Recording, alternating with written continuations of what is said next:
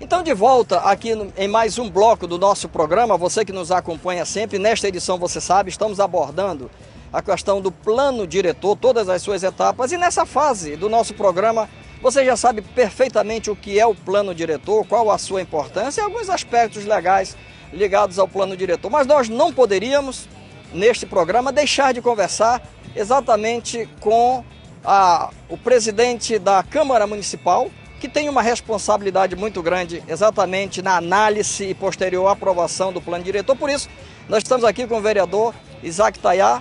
Vereador, sabemos da imensa responsabilidade que paira atualmente sobre sua gestão, receber da Prefeitura, analisar, colocar em votação para posterior aprovação do plano diretor. Eu lhe pergunto, qual é a função da Câmara Municipal com relação ao plano diretor? Bem, eu quero agradecer o espaço que vocês estão dando para a Câmara Municipal e eu quero alertar a população sobre o plano diretor. O plano diretor é algo que nós queremos de planejamento na nossa cidade, tanto urbano como rural, como do centro da cidade. Então nós queremos de tudo, um planejamento futuro para a nossa cidade por 10 anos. Então a Câmara Municipal, ela recebeu nesse momento, depois de 3 anos e 7 meses, a Prefeitura encaminhou para que seja revisado na Câmara Municipal por mais 5 meses. Então nós só vamos ter 5 meses para realizar emendas em cima daquele anteprojeto que foi feito com a Prefeitura. Então eu tenho um curto prazo de tempo para discutir em relação àquilo que nós queremos para mais 10 anos. Significa que se não participar agora, se você não participar agora, somente daqui a 10 anos você vai poder discutir o plano diretor. Portanto, não perca esse momento, não perca essa oportunidade. Vereador, eu estive, enquanto cidadão, analisando a versão atual do plano diretor que foi entregue para a Câmara Municipal e eu vi ali a falta de alguns tópicos importantes. Um deles é a própria mobilidade urbana, ou seja, a questão do transporte. Nós sabemos perfeitamente que esse é um ponto crítico da nossa cidade. Nós vivemos hoje praticamente um caos urbano quando se trata da questão do transporte urbano. E é realmente um nó importante a ser tratado e que deveria ter sido dado prioridade naquele plano. Por N fatores, presidente, por N fatores. Por quê? Porque isso tem a ver diretamente com cada cidadão que mora na cidade, independente de sexo, classe. Se você tem teu carro, tu precisa de uma infraestrutura de mobilidade urbana adequada. Se você depende do transporte urbano, também você depende.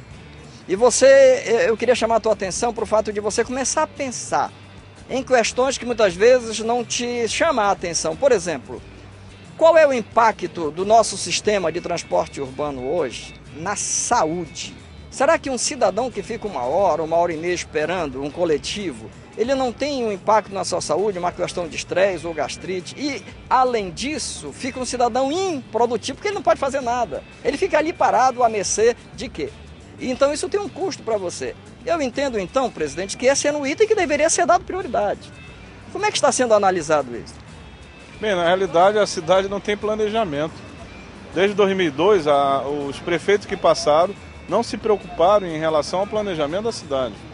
O planejamento de 2002, logo em seguida foi feito um plano individual da prefeitura daquela ocasião, um plano equivocado de transporte. E isso não foi passado para papel e hoje nós temos um caos, uma falência no transporte, um trânsito muito caótico que você não consegue andar na cidade porque ninguém confia em nenhum transporte. Então, nós não podemos deixar de discutir um tópico muito importante que a Prefeitura encaminhou um plano diretor, faltando a essência, o gargalo da cidade, que seria o transporte. Então, se nós queremos um BRT, se nós queremos um monotrilho, se nós queremos uma bicicleta futuramente, largar os carros em casa, aí você entra numa discussão em que a Prefeitura deixou de discutir conosco o principal gargalo de todas as gestões que se passaram. Então, nós vamos cobrar isso, nós estamos no Ministério Público, demos entrada no termo de ajuste de conduta, para cobrar da Prefeitura, porque o plano diretor, ele acaba sendo um plano de Estado e não de governo, para que as prefeituras, quando entrem, elas cumpram a determinação já organizada para 10 anos. Aquele que não cumprir, ele não pode administrar. Então é essa forma que nós entendemos que nós gostaríamos de ter em relação ao transporte. O transporte hoje, você não pode falar para um cidadão que ele vai trabalhar tranquilo, né, como você acabou de falar. Que ele acaba correndo cedo para tentar pegar um ônibus, não é só um ônibus novo que resolve o problema da situação, é um planejamento como um todo, com a sociedade, com os técnicos, para que a gente possa sair desse caos. É através disso que nós começamos a dar o primeiro pontapé para o futuro da cidade. Aí eu quero chamar a tua atenção, com base nas palavras do presidente Isaac Tayado. Veja bem, aí eu quero a tua atenção, pode chegar aqui um pouco mais perto para te entender o que eu vou dizer agora.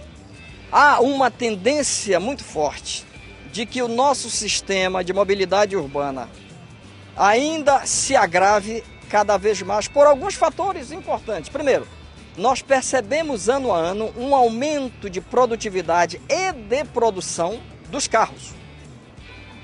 Esse é um fator. Segundo, nós percebemos que o governo federal, estadual e municipal estão demonstrando uma certa incapacidade de construir vias para absorver esses veículos que são, como eu estou dizendo, anualmente produzidos. Nos últimos 12 meses foram em torno de 3.500.000 carros a serem produzidos.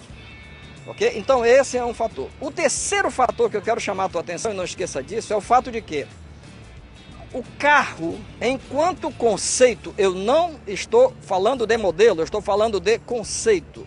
O carro, enquanto conceito, ele vai perdurar ainda por pelo menos mais 25 ou 30 anos, ou seja, o carro ele vai precisar de vias, de ruas para se locomover. Esse espaço aéreo que nós temos aqui em cima, para transporte urbano, em pelo menos 25 anos, não vai ser utilizado. Quer dizer, esses três fatores sustentam a tese de que o transporte nas cidades tende a se agravar se não for mudado imediatamente a sua estratégia que, presidente, tradicionalmente é utilizada. Ou seja, o Brasil priorizou o transporte individual de passageiro em detrimento do transporte coletivo de passageiro. E isso nos leva ao caos que está hoje. Quer dizer, como mudar isso? Aí eu me preocupo agora, falando enquanto cidadão, de ver que eu estou diante da oportunidade que só vou ter daqui a 10 anos e este item não foi contemplado. Agora, presidente, voltando ao plano diretor, que outros aspectos que nós já sabemos não contemplam o plano diretor e que são estratégicos para o nosso convívio e ocupação do solo em nossa cidade? Uma delas é a acessibilidade. Você passa numa calçada, você vê o desnível da calçada. Então as pessoas, por exemplo, o deficiente físico, cadeirante, que precisa usar uma calçada, ele acaba tendo problema, porque ela não tem continuidade. Se você for olhar, há um desnível muito grande, a largura da calçada. Nós temos que tratar diferente também um plano para o centro da cidade, com um plano da área que nós queremos falar fora do centro da cidade. Então isso é algo que nós temos que questionar, justamente discutir na Câmara Municipal. Por isso que eu estou levando o assunto do plano diretor, do anteprojeto, a todos os lugares que a gente possa visitar, para que toda a população faça um diagnóstico desse plano que foi feito, o anteprojeto, e possa fazer as suas emendas. O que seria as emendas? O conserto desses itens que não foram olhados pela sociedade. Então, com isso, nós podemos ter o melhor para um plano diretor e o melhor para 10 anos. Outra situação que não contempla. Eu posso fazer um comentário? Pois não. Você falou uma coisa fundamental, presidente, que diz respeito à acessibilidade.